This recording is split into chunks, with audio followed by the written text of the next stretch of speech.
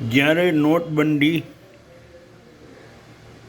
અમારે પીએમ મોદીને લગાવેલી ત્યારે રાષ્ટ્રજોગ ભાષણ મેં એમને કહ્યું હતું કે નોટબંધીથી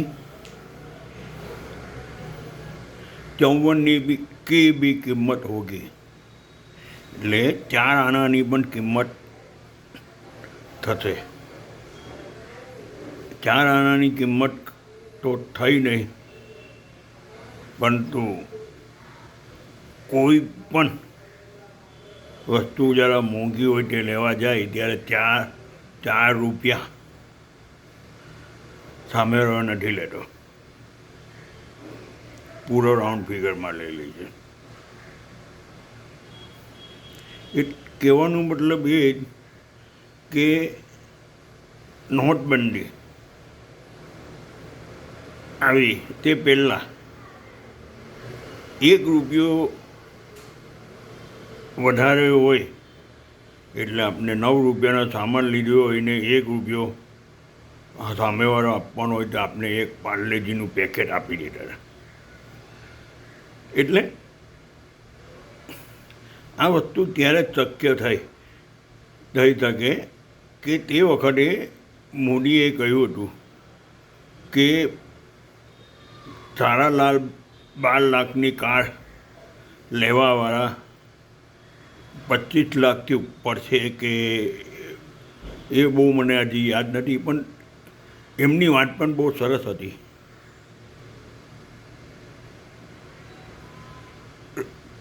તે ઇન્કમ ટેક્સ ભરતા નથી ને એમને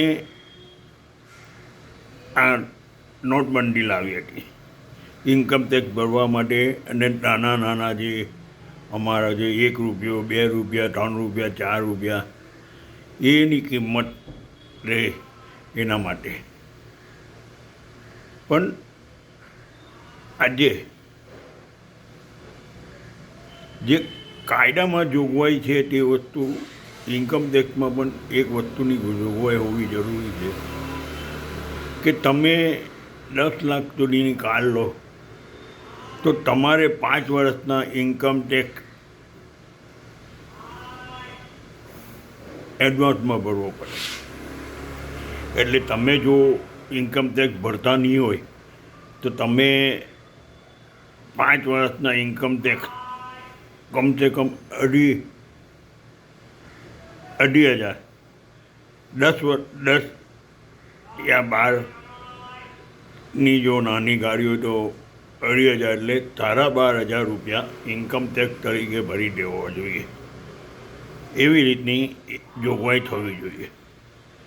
ને એક જ વસ્તુ છે, તમે આવી મોંઘી ગાડી ખરીદો ને પછી ઇન્કમ ટેક્સ નહીં ભરો ને આવી રીતે જો ભરી દો, પહેલી તકે ભરી દેવું જોઈએ એવી રીતે જોગવાઈ કરો। બાકી 1-2 વર્ષ રાખીને એ ગાડી વેચી કાઢો અને એ ગાડી બીજા કોઈ ભરે ઇન્કમ ટેક્સ એ નહીં, જે પહેલો બાયર હોય તેની પાસે જ 5 વર્ષનો ઇન્કમ ટેક્સ ભરાવી દો, તાકી અમેરિકાના લોકો આપણા કરતાં અડધા પણ નથી,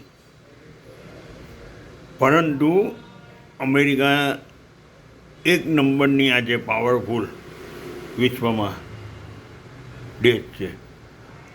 હું એની અમેરિકાની કોઈ તારીફ કરતો નથી।